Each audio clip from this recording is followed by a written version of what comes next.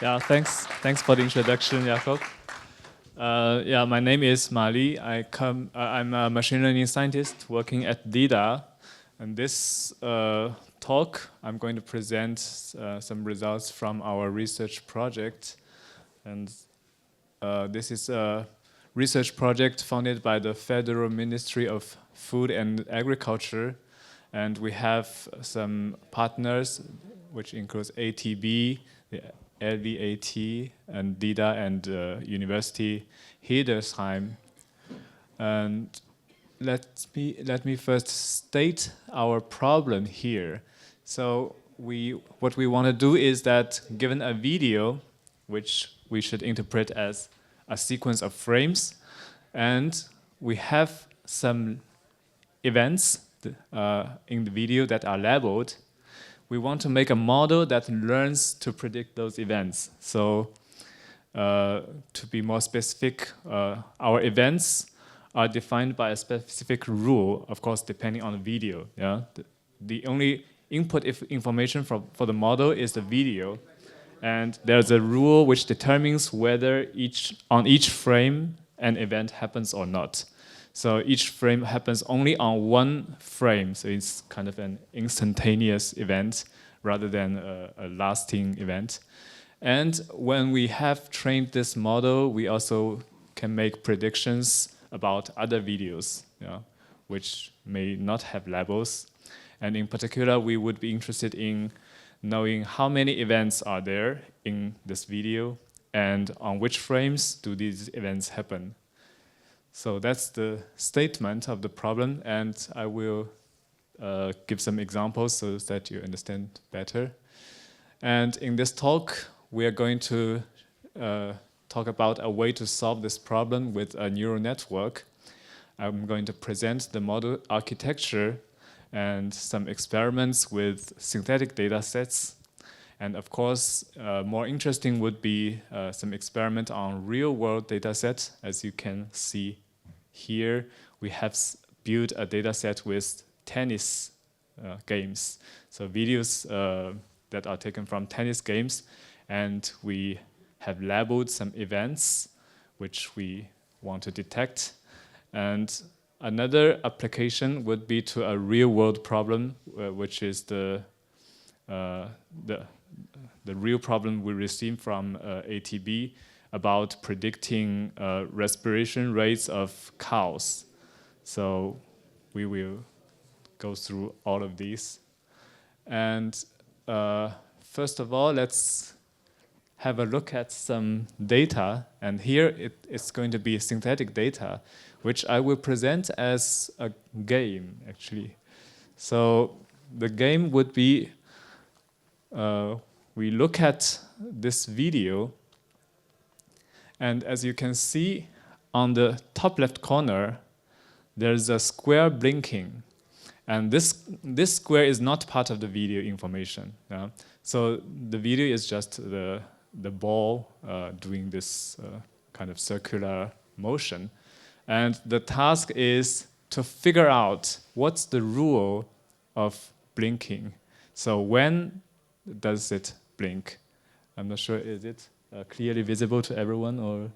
Okay, so yeah, just from looking at this video, can you figure out when is this blinking? Any ideas? Yes? Yes, great. So it blinks exactly when the ball reaches the 12 o'clock, or let's say the topmost position. Yeah? And that's a pretty easy task for humans, right? But we can make it harder, of course. Let's do it like 3 balls. Can you still figure out the rule? It becomes harder, right?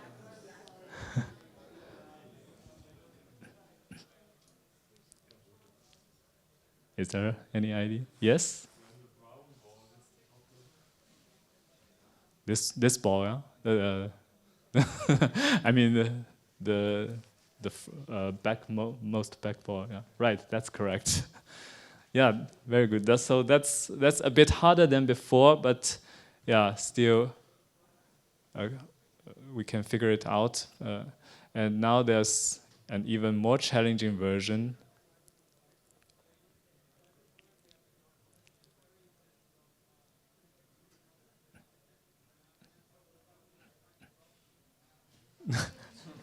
Any ideas? No? Yeah, that's expected because I mean, up to now, no human being have figured this out by himself. So it's kind of expected that we don't know how to find out this just by looking at it. But our strategy would be to build a model to learn this. So maybe I can first tell you the answer. The rule for this one, if you look at all the 3 balls, there's this red one, there's the topmost green one, and there's a blue one. So the blue one doesn't matter. And the red one is going always faster than the green one. And there's an event exactly when the red one goes beyond, it catches the green one in their motions. So that's a pretty complicated thing, right? The rule is complicated, but we somehow expect the model to learn it automatically without us telling it what to look at. That's the, maybe let me summarize. And before I can mention that we have created some more versions of this game. Like here we have 6 balls. Here we have some balls and a square. And the square has the same color as a ball. So it creates some more difficulty. But you get the idea. Yeah? We can create somehow complicated rules. And the characteristics of the problem is like this. So we might not know what is the rule for the event. And the event might not be possible to determine by looking at single frames. So if you look at just one frame, you don't know whether the event happens or not. You have to look at several frames in the video. And the event might be visually subtle, which could mean the region where it matters change only very slightly, or it could be that the rule determining the event is kind of complicated or not so easy to describe. And the event should occur repeatedly. As you can see in the videos, there are several events typically, but not necessarily periodically. So the intervals between 2 neighboring events can change, and they can change largely, not quite periodically. And the event frequency can vary. It's the same idea. And given these characteristics of the problem, how do we solve it? But first, let me mention several related problems that are a little bit different than what we are doing. So there is this repetitive action counting problem, which usually has a data set, and you have videos with usually a count of repetitive actions inside the video. But usually these have a large variety of actions, like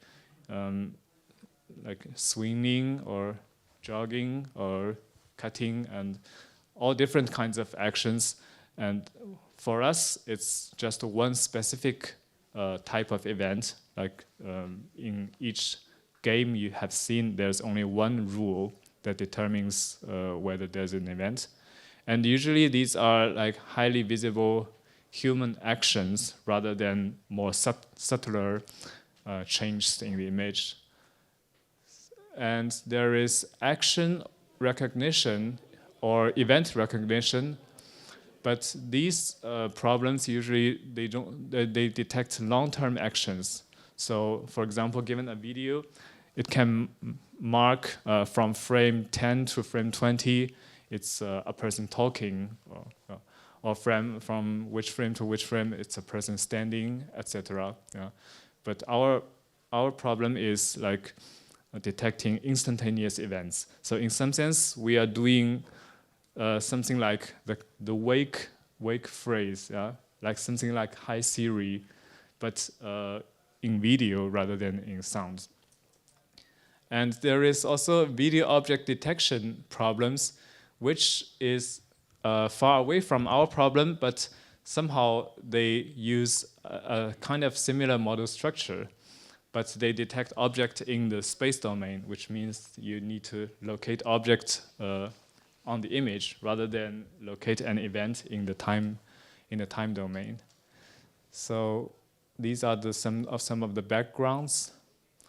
And let me also talk about how can we judge the quality of our prediction. So let me show you this graph here as an example. Yeah. So let's say here on the x-axis we have the time in frames, and this blue line stands for the ground truth. So whenever there's a spike, that means, well, there's an event here. This is a label, a ground truth label. And we have a window size, a predefined window size. And here it's somewhere around 16 maybe. So this orange line is our prediction. So how can we give a score to this prediction? We need to calculate true positives, false positives, and false negatives. So how do we do that? Whenever there is a prediction within the window centered around a ground truth event, then we say that this prediction is a true positive. So when there are two events or multiple events, then one is considered true positive and all the others are considered false positive. And if a prediction is outside any window around a ground truth event, then this is of course a false positive. And if there is no event predicted in a window, then we say that this is a false negative, which means this event is not predicted. And having these numbers defined, we can compute this F1 score in the usual way. Yeah? So it's the harmonic mean of precision and recall in the usual sense. But of course, all these things depends on the window size. Yeah? So how does this window? What does this window size mean? If you take a very small window size, which means you only consider predictions to be correct when they differ very little from the true ground truth, and this means that you care more about time accuracy. And if you only care about, for example, you only care about the number of events, then you can take a larger window size. But you should be careful that you cannot take something that's larger than the minimal distance between two ground truth events. So that's what I mean here by saying larger window size means you care less about time accuracy. And having this metric clarified, we can present our model structure. So the main idea is we were going to use a convolutional neural network, which I hope most people are familiar with. So this will be used for image feature extraction for each single frame. And we use a recurrent neural network applied to the sequence of image features, and then we get a sequential feature, you know, by applying the RNN. And finally, we use a YOLO-type output for this object detection, but in time domain. So essentially, we view each event as an object, a kind of object, but in the time domain, in the one-dimensional time domain. And that's also the name of the model structure called YOLO-in-Time. And everything is trained end-to-end. So we don't need any specific domain-specific knowledge about the problem, and we just train them completely end-to-end. So maybe let me recall what is YOLO, and YOLO stands for you only look once. This is a model structure which is used in real-time object detection, and the main idea here is to cut an image. So you have an image and you want to detect possibly multiple objects on this image. So what you do is to cut this image into some grids. For example, 5 times 5 grid, that's 25 grids. And for each grid, the model will output basically 3 things. The first thing is a probability, just one number, which says what's the probability that there is an object centered in that grid. And then the second thing is a bounding box of this object. And the third thing is, well, optionally, if you detect multiple classes of the object, then you can say whether what's the class of this object. For example, a model can detect cats and dogs at the same time, so you have 2 classes. And for us, there is just one class of events, so we don't need this. And of course, YOLO models have different versions, and each version has a little bit different technical details. For example, like we have anchor boxes, etc., etc. But for us, it's just let's focus on this very simplest setup. So how do we generalize this to time, to the time domain? So for us, the first thing to do is pretty straightforward. We just cut the time axis also into grids, and we fix a constant g, and we call g consecutive frames one grid. Yeah. And for each grid, we want the model to output 2 things. Yeah. Firstly, a number which is the probability that there is an event in the grid. This is in direct comparison with the first thing of the normal YOLO model. And then for the YOLO model, you need a bounding box. But here, what's the bounding box of our event?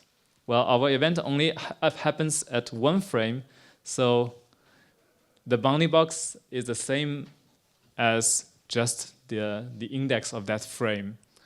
So we only need the index of frame on which this event happens. And of course, we normalize it to the grid. So it's the relative, I can say the relative index of the frame. And that's the main idea. So here is the model structure. You can see there are 3 boxes with some details in each box.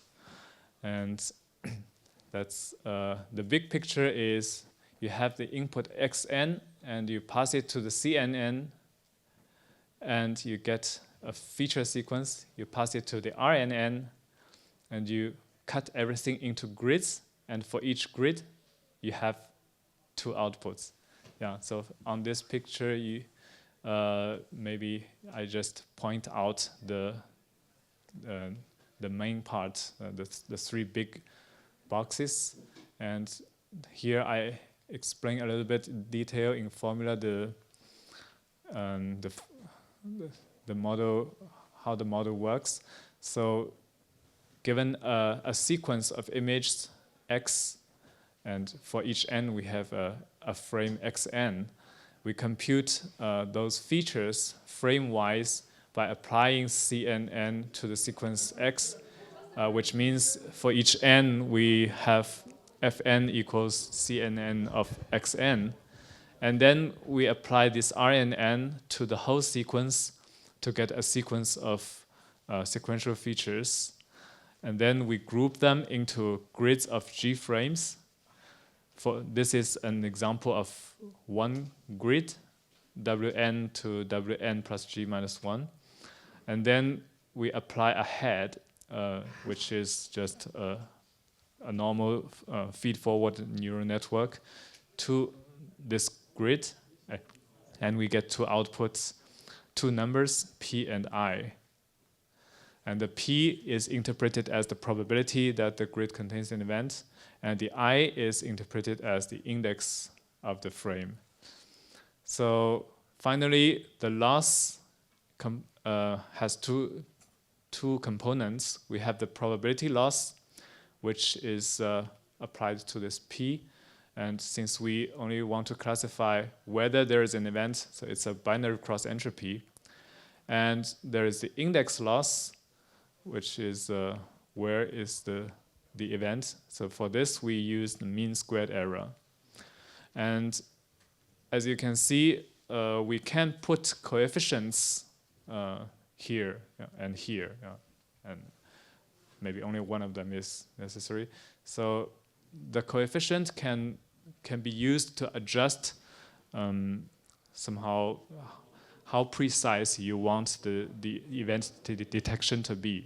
So it's kind of a weight that balances the two losses. If you want the prediction to be more precise on the time-wisely, then you put a higher coefficient here. And that's basically the whole model structure. Now let's see some results of experiments. Let's focus on the hardest version that we had before, what we call the chase game. If you remember this red ball chasing the green ball that nobody figures out. Let's see how the model predicts. So here on the left side is the ground truth. On the right side is the model prediction. And yellow means the two match with each other, and red means just one of them and they don't match. So as you can see, it kind of works well. It predicts with a high accuracy. Most of the events are predicted and are correct. And that's just with some labeled events and without any domain-specific knowledge. So this is like a qualitative measurement. You can see it makes some mistakes, but most events are predicted correctly. And we have repeated this experiment with different settings, and the main questions we are interested in are: so how does the size of the training set affect the result? So if we give it more data to train, how much better will it be? And how does the window size, which we used to compute the F1 score, affect the result? So if we reduce the window size, how accurate can it be? And here is a table that shows a portion of the result we get. As you can see, the window size has strong effect on the F1 score. Also here, the main numbers are the F1 scores. So the window size has a strong influence when there are not many training videos. And here each video contains 5,000 frames and about 127 ground truth events, which means the interval between two events is about 40 frames. And with 1,000 training videos, we can get to almost perfect results. If we have window size 11, we get almost perfect results. But even if we only have window size 5, the result is still pretty good already.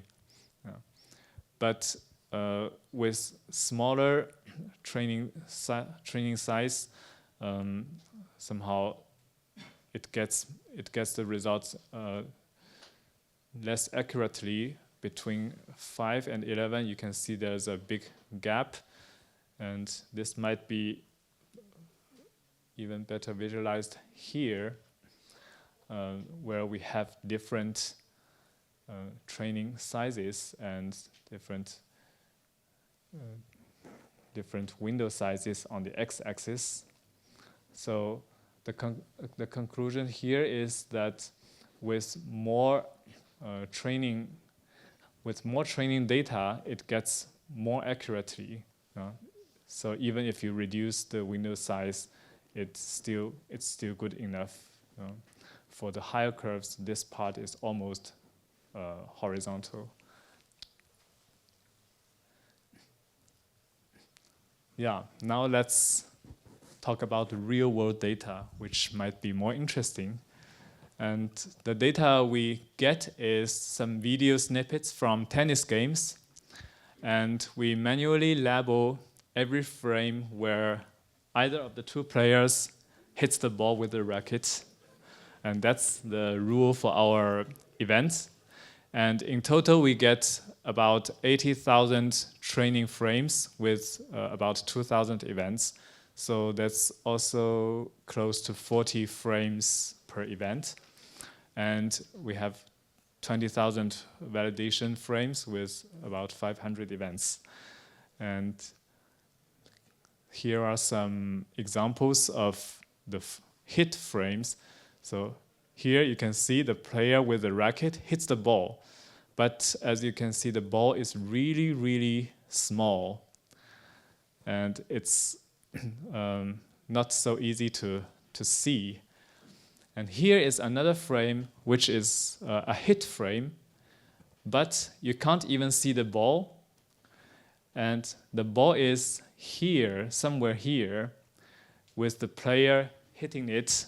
But it's kind of tricky, and you cannot see it directly from this one frame. So this is one of the characteristics of the problem, that you can't judge it by just looking at single frames, but you have to see multiple frames. And here are some examples of non-hit frames, which means there's no event. Here you can see there's the ball here, but the ball is somehow, it becomes a line, more like a line. And here, you don't even see the ball. I think it's somewhere around here, where somehow due to video compression, it's compressed to disappear. So it's not, what I want to say is that it's also not possible to always track the position of the ball by looking at single frames. So that qualifies as kind of a subtle event that needs to be detected. And let's also look at the result from a qualitative point. As before, on the left we have the ground truth, and on the right we have the prediction. As you can see, there are some misses, but overall it predicts well.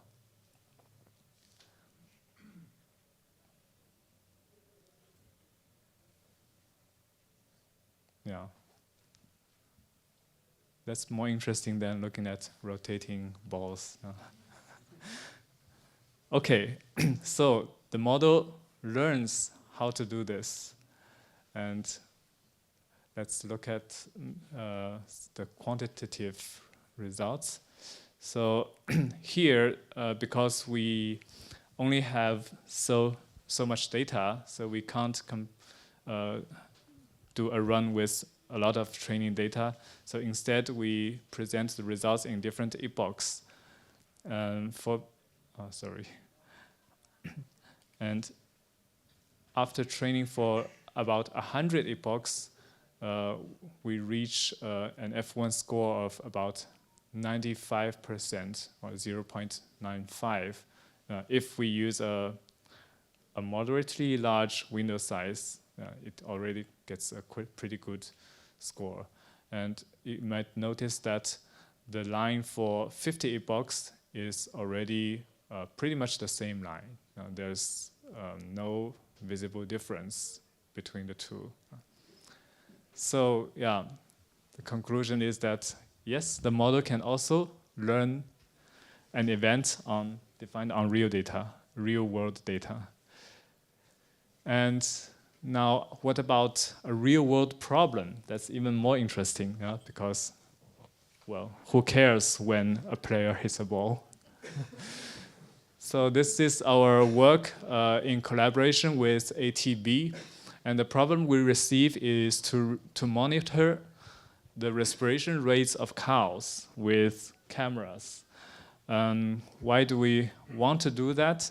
Because the respiration rates are apparently important indicators of cow healthy or not. So if a cow is under heat stress, then it will breathe much faster than usual. So that's the main motivation of the problem. And we want to do it non-intrusively, which means there shouldn't be a device that is in contact with the cow. As you can see later, there are such devices. So our task is to monitor it solely with cameras.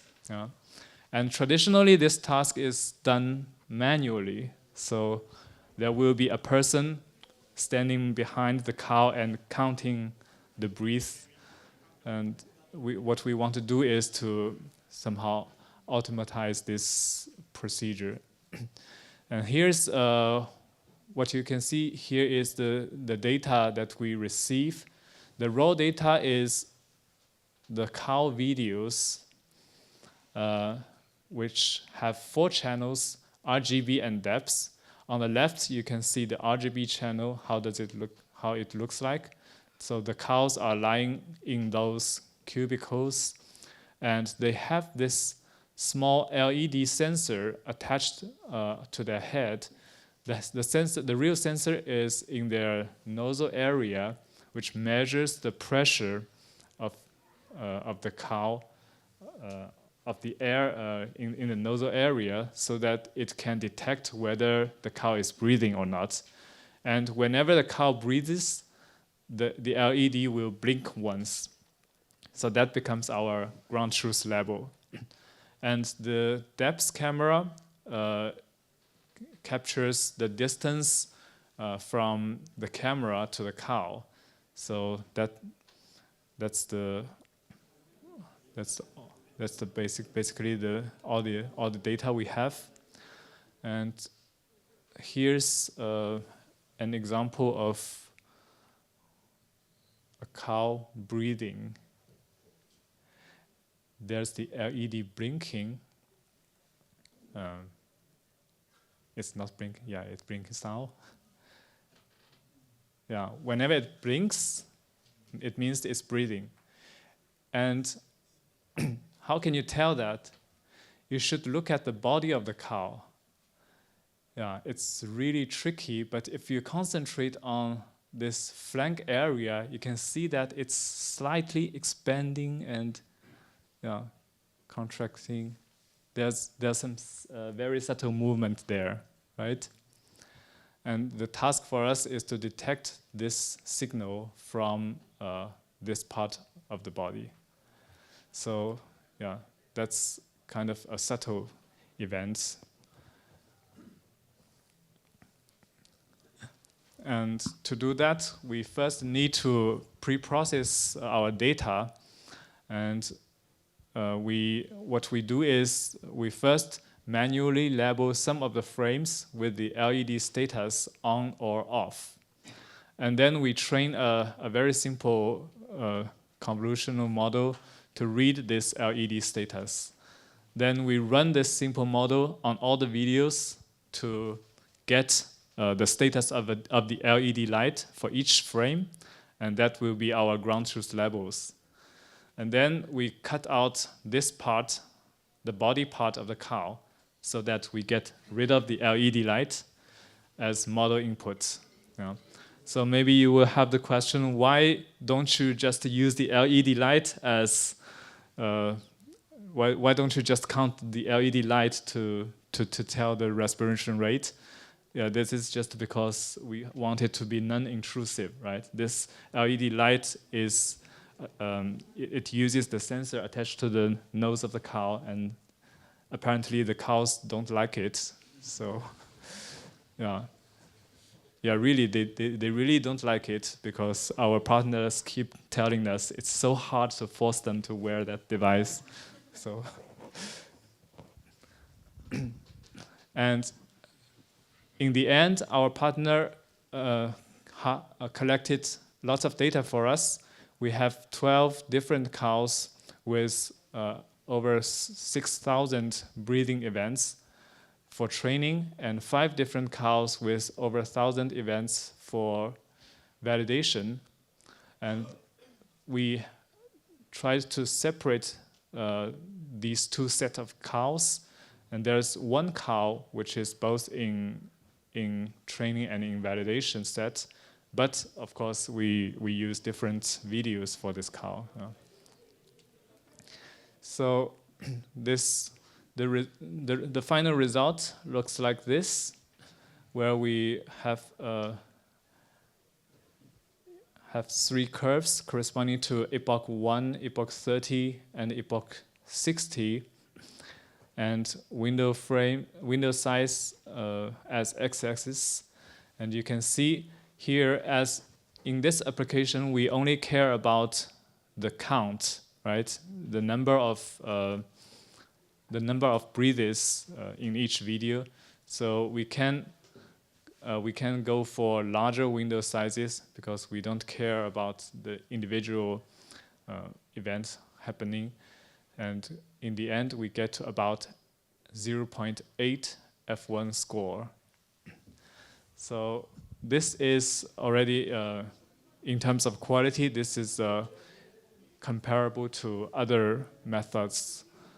And we can look at here a comparison in terms of breath counts for about 60 validation videos with 750 frames, which is about 30 seconds. And the x-axis here is the number of breathing counts in the ground truth level, and the y-axis is the prediction. So this green line, it's not a linear regression or whatever. It's just the line identity function. So it tells you how our prediction compares with the ground truth. And big dots means there's more data here. So as you can see, our prediction scatters somehow on the 2 sides of the ground truth, and there's not a big bias.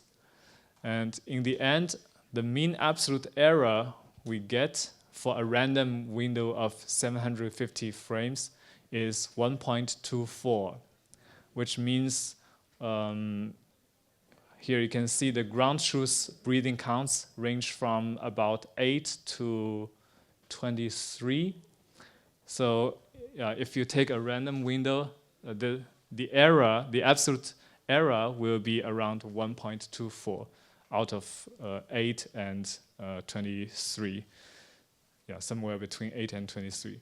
So that's a pretty small error, and it's good enough for us to tell whether the cow is breathing too fast or not.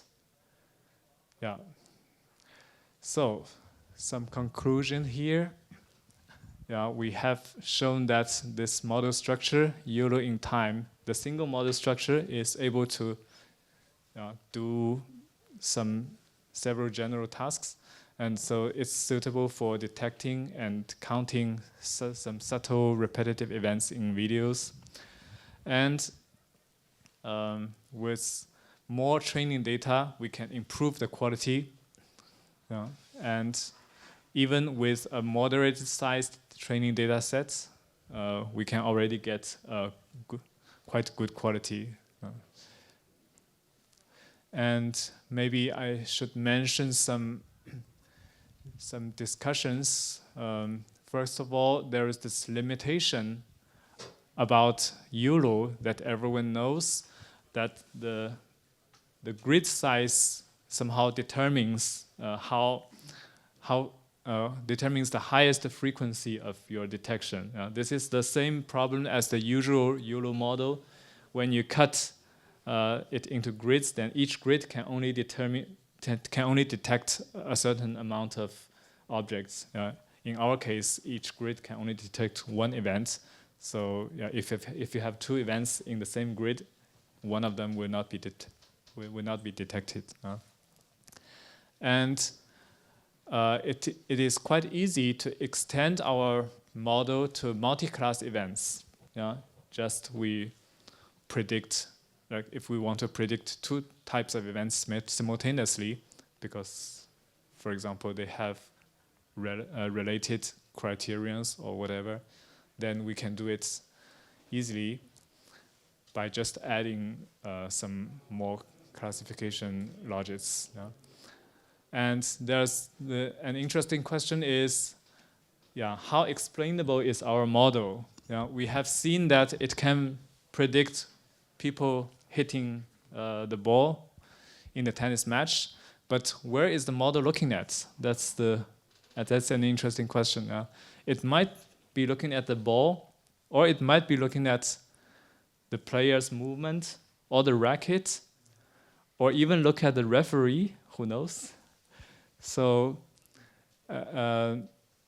it's not a question that is directly answerable from our work here, but there are techniques, we have ideas to analyze this problem, for example, through some explainable AI techniques like Salient weights, or do some spectral decomposition, or some techniques like that to attack this, if we really want to understand it. And as it is also in the case of the cows, none of us in our team are knowledgeable enough to know how cows breathe, but we just let the model figure out by itself. So if we want to get the knowledge from the model, then there is an extra step here. So finally, I'd like to thank the whole team who did all the work together. And that's it. Thank you for your attention.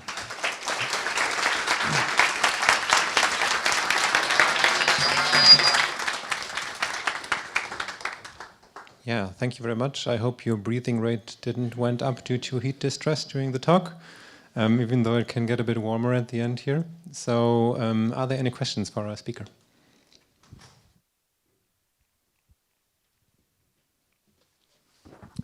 Hey, thank you for the wonderful presentation. First question is just how many hours of cow video did you have to watch for this? A lot. No.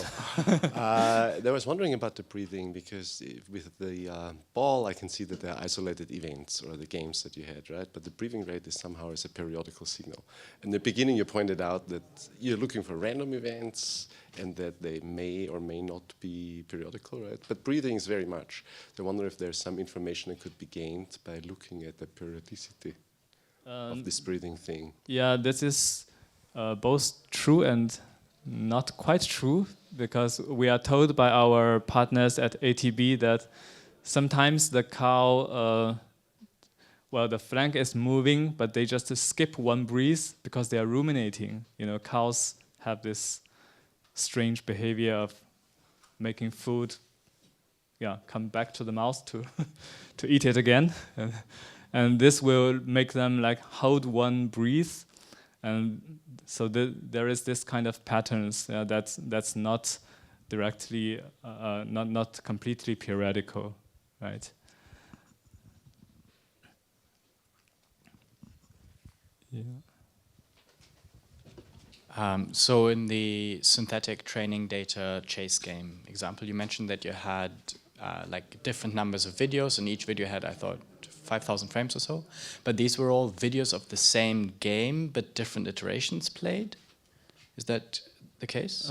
These are all randomly generated. But they're all playing the chase game with a red Yes, yes. ball. It's the same criteria. Yeah. Right. Have you also tried transfer learning between different games of like a related nature, or is that something you just didn't? No, we didn't do that. Yeah, because for us, it's just focusing on one type of event. Yeah, yeah, of course I mean, I can imagine that we can train simultaneously with two such games, and yeah, because they are similar visually, so if you train them together, you might gain some.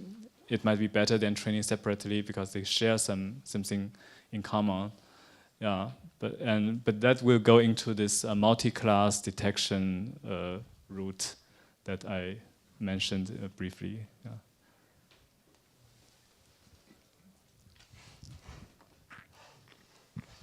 Hi, thank you for the presentation. I'm interested in, okay, so there are already like a number of companies claiming that they're using AI for sports. So for example, okay, this person is shooting a ball right now, or maybe in boxing, okay, now it's the time for a left hook, that guy dodged it.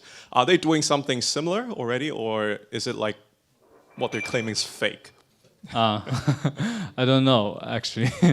I mean, I have seen some people doing like detecting where's the basketball, and some people try to detect basketball shooting by first detecting the ball, and then just do some classical signal processing on the position of the ball, etc.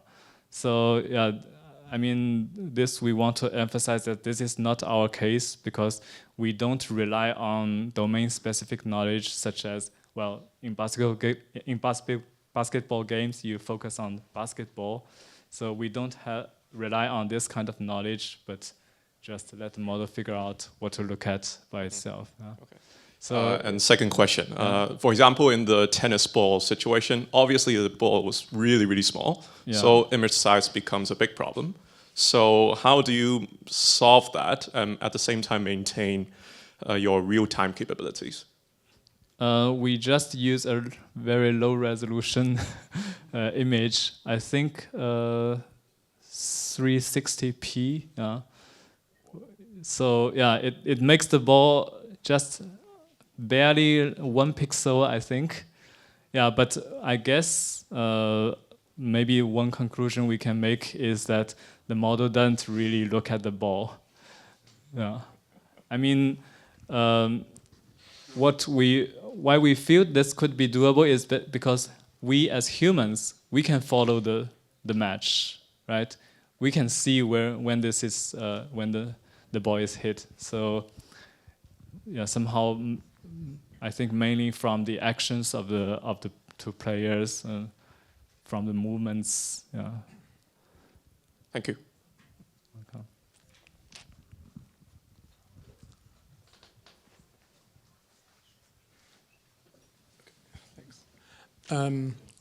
Have you even considered to use event-based cameras, especially for the co-use case, instead of an RGBD camera? Or are you aware of the concept of event-based cameras? Not really.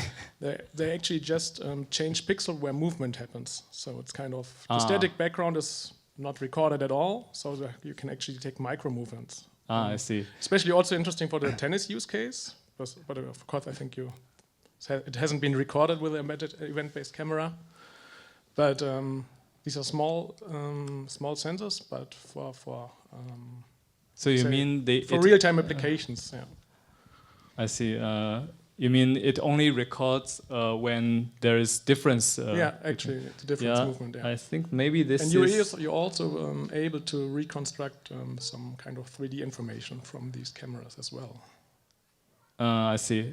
So one point maybe related in our work is that what I didn't mention because it's a bit of detail. So we don't really just send each frame to a convolutional network, but we send several neighboring frames together. And in this way, each frame also gets information from its neighboring frames, and this makes it somehow gets some information. Yeah. Okay.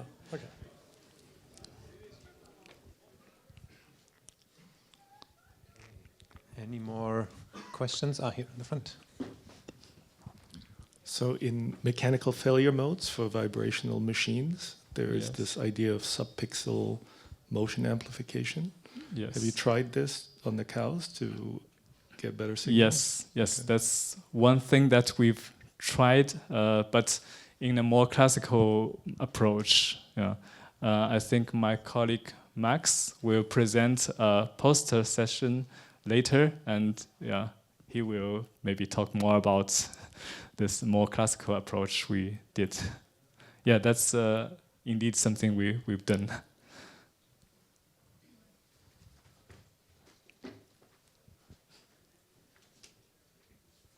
I have a question again about the cows and the difference or relationship between the ground truth collection and then the video.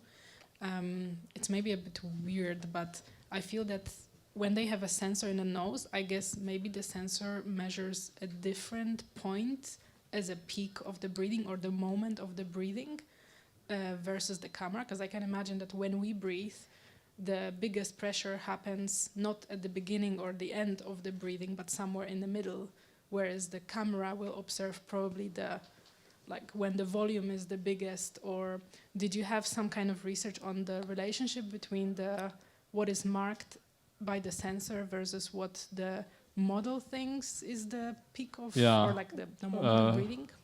We have suspicions, but we can't say for sure. Yeah. So from looking at many cow videos, we find that, really, I do mean that. We find that probably the LED blinks when the body of the cow begins to shrink. So that's the moment when the flank reaches maximum, but maybe not exactly, but when it starts to shrink, then there is this LED blink. Yeah. But of course, this sensor is not manufactured by us, so it's kind of like a black box thing to us. Yeah, but we just let the model try to guess what's happening. Okay, thank you. Yeah.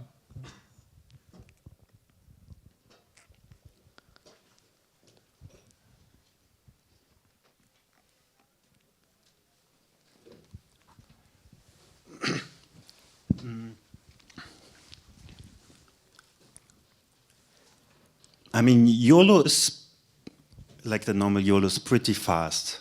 I would use it for real-time applications.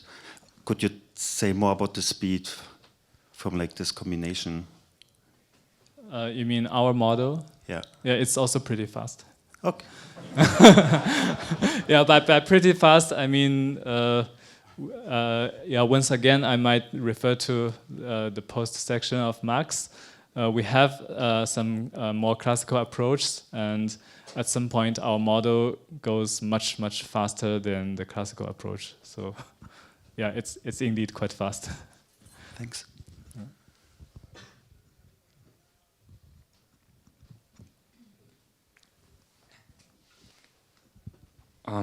Just for fun, did you try to swap the videos to see how good the cow plays tennis? To see if no event is recognized. No, we haven't done this. But try to.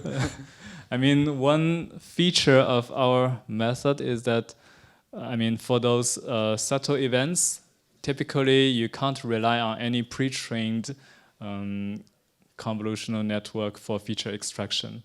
So there are many people, not, of course, not for our problem, but there are some problems where people tend to use a pre-trained image feature extractor and then just try to extract a signal from the image feature sequence. But this is not possible if your data is so subtle. Yeah, the changement is so subtle. So you need some kind of more detailed feature extraction, and that's why we have to train everything end to end. And this also means that one model is specifically built for this set of problem and cannot generalize to other problem. That's the point.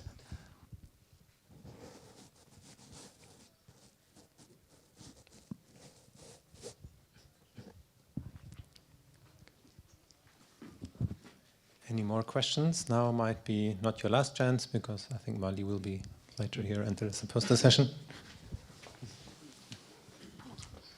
Thanks for the presentation. So my question was about, basically in the 3 examples that you showed, it's about detecting or predicting events that are kind of periodical, right?